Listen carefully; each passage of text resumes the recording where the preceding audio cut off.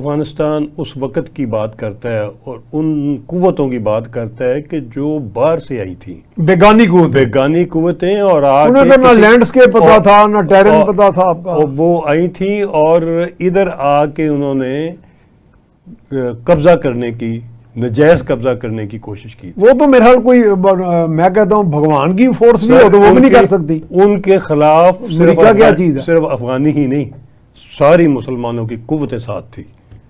سب پاکستان کیا اور باقی عربی اور ہر جگہ سے بندے آ کے شامل تھے افغانیوں کے ساتھ. جی شامل تھے. یہ مجاہدین یہ صرف افغانی نہیں تھے. نہیں اس میں سعودی بھی تھے. نکال کے دیکھیے کہ کس کس ملک کے کون کون بہت سے ممالک نے کتنی قربانی آپ کے ساتھ دی، اور کبھی احسان فراموش نہ بھول جائے. احسان یاد رکھیں اور اس احسان کی قیمت پوری دیں.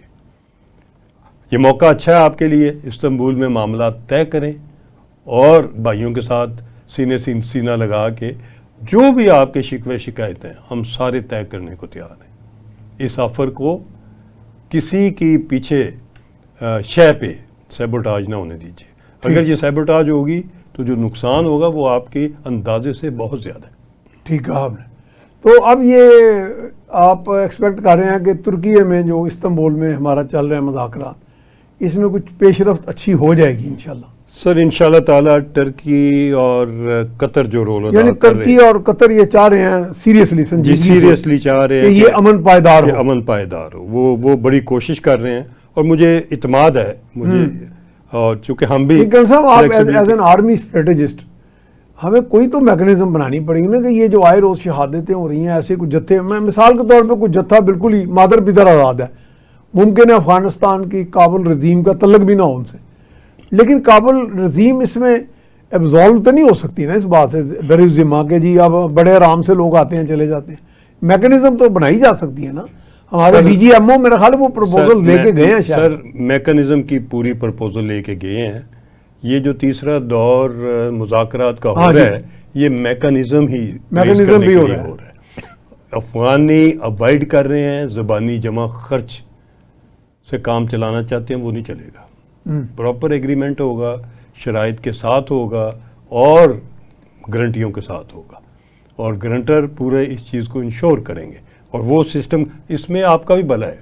اگر بارڈرز کے اوپر امن ہوگا، اگر اپنے ملک میں آپ لوگ اپنی چیزوں کو ڈیولپ کریں گے، ترقی ملے گی.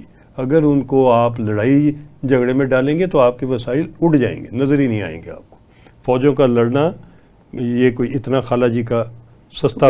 بھارت کے جو اسٹریٹجک پلانرز ہیں ان کو یہ نہیں پتا کہ کابل کا اوور آل کنڈکٹ کیا رہا ہے افغانیوں کا.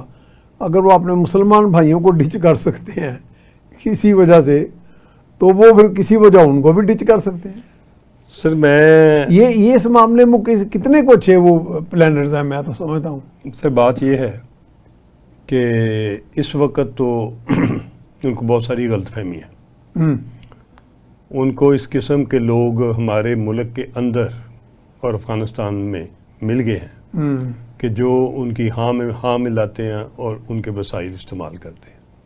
یہ زیادہ دیر نہیں چلے گا جی، کیونکہ ہمارے ہاں جو گنجائش تھی وہ لمٹ کراس ہو چکی ہوئی ہے جی. ہو گئی ہے، لمٹ کراس ہو چکی ہے. ابھی ہم اور شہداء کی ڈیڈ باڈیاں نہیں دفنائیں گے، اب نہیں دفنائیں گے انشاءاللہ. ادھر نہیں دفنائیں گے. پھر اگر ہمیں حملہ کرنا پڑا تو ہم ادھر ہی کریں گے جدھر سے وہ آ رہے ہیں. جدھر سے وہ آ رہے ہیں. ہم سورس پہ جائیں گے اور ہم سورس کو معاف نہیں کریں گے.